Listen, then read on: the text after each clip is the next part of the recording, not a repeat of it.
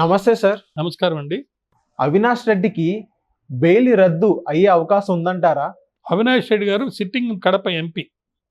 ఆయన అరెస్ట్ చేయడానికి పోయినప్పుడు ఆయన హాస్పిటల్లో వాళ్ళ అమ్మగారి బాగలేకపోతే అక్కడ ఉన్నప్పుడు సిబిఐ వాళ్ళకి స్టేట్ పోలీస్ సహకరించలేదని, అదేవిధంగా సిబిఐ కూడా సెంట్రల్ గవర్నమెంట్ ఇచ్చిన ఉన్న కొంతమంది రాజకీయ నాయకులు అనుకోండి, ఎవరైనా వాళ్ళు ఇచ్చిన ఇన్స్ట్రక్షన్స్ ప్రకారం సిబిఐ ప్రాపర్గా యాక్ట్ చేయలేదని ఒక వాదన ఉంది.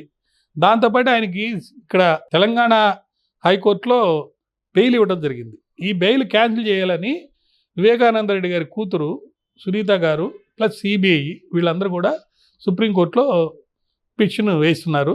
దాన్ని విచారణకు వస్తుంది. ఇప్పుడు దీంట్లో మనం చూడాల్సింది ఏంటంటే, అవినాష్ రెడ్డి గారి తండ్రి గారిని, భాస్కర్ రెడ్డి గారిని అరెస్ట్ చేశారు. సిబిఐ అరెస్ట్ చేసింది, ఆయన లోపల పెట్టింది.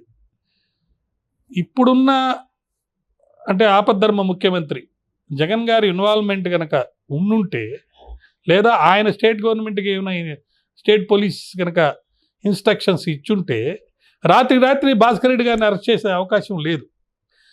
అప్పుడు ఆయన ఇన్వాల్వ్ అయ్యి అప్పుడు ఇన్స్ట్రక్షన్స్ ఇవ్వలేదు.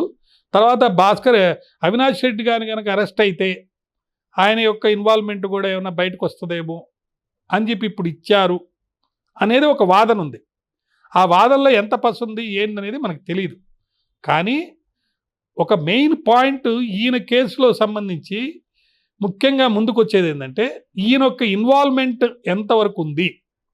ఈయన ఇన్వాల్వ్మెంట్ ఏంటంటే, ఆ పర్టికులర్ టైంలో మర్డర్ జరిగే టైంలో ఈయన సెల్ ఫోన్కి కూడా ఒక మెసేజ్ వెళ్ళింది, లేదా ఈయన సెల్ ఫోన్లో మాట్లాడారనో, దాని తదనంతరం ఉదయాన్నే ఈయన ఇప్పుడు ఆపద్ధర్మ ముఖ్యమంత్రి జగన్ గారి యొక్క సతీమణితోటి ఈయన ఫోన్లో మాట్లాడినట్టు, ఆమె పిఏతో మాట్లాడినట్టు, ఇలా రకరకాలైనటువంటి అలిగేషన్స్ ఈయన మీద వచ్చున్నాయి.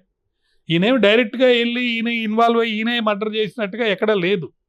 ప్లస్ ఏ డబ్బులు కూడా ఆయన దగ్గర నుంచి ఏమి రికవరీ కాలేదు. సరే, ఏది ఏమైనా ప్రస్తుతానికి ఆయన బయట ఉన్నాడు, ఆయన ఎంపీగా నిలబడుతున్నాడు.